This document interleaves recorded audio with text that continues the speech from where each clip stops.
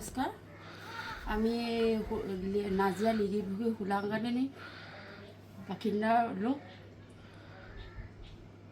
বানপানীত আমাৰ সকলোৱে উটুৱাই নিলে বুলিয়ে ক'ব পাৰি মাত্ৰ আমাৰ ঘৰখনৰ ধৰক এনেই সাধাৰণ হিচাপেহে থাকি গ'ল বাকীবোৰ আমাৰ শেষেই হৈ গ'ল যেন তেন কৰি এতিয়া পানী 3 দিন 4 দিনৰ দিনাখনৰ পৰা ঘৰৰ ভিতৰত আহি সোমাই অকণমান চাফ চিকুণ কৰি যেন তেন আমি মানুহ 3টা সোমাই আছোঁ তাইতো ছোৱালী মানুহ একো কৰিব নোৱাৰে আমাৰ মানুহজনেও তেনেকৈ হাজিৰা কাম কৰিয়ে ঘৰখন প্ৰতিপালন কৰি আছিলে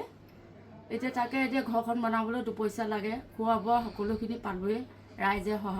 সহায় সহযোগত এতিয়া মাত্ৰ আমাৰ ঘৰখন বনাবলৈ লাগে চৰকাৰৰ ফালৰ পৰা 15,000 টকা দিছিলে কিন্তু তাকো আমি তাত পাবলৈও আমি সমৰ্থ হ'ব নোৱাৰিলোঁ কি কাৰণত নাজানো NGO আৰু পেডিঅ'পাৰ্কে সহায় কৰাৰ কাৰণে আমি অকণমান হেৰি হ'ব পাৰিছোঁ তাতে আৰু বেলেগে যদি আমাক অকণমান সহায় কৰি দিয়ে আগবঢ়াই যাবলৈ তাতে মই বিচাৰিছোঁ সহায়কত